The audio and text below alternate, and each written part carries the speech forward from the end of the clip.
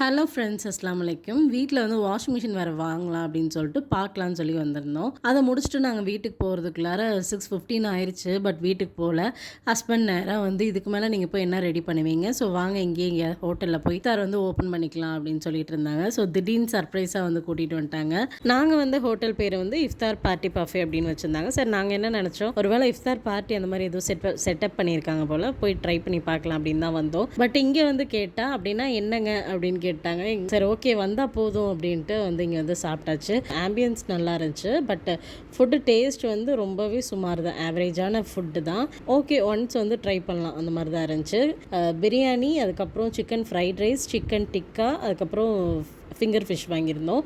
இந்த சிக்கன் டிக்கா வந்து ரொம்ப சூப்பராக இருந்துச்சு. இது வந்து மஸ்ட் ட்ரைன்னு சொல்லலாம். ஸோ இந்த மாதிரி மினி விளாக் வீடியோஸ்லாம் பார்க்க பிடிக்கும்னா கண்டிப்பாக சேனலை சப்ஸ்கிரைப் பண்ணிடுங்க. இந்த வீடியோ பிடிச்சிருந்தா மறக்காமல் லைக் பண்ணி ஷேர் பண்ணிக்கோங்க. பாய், தேங்க்யூ ஃபார் வாட்சிங்.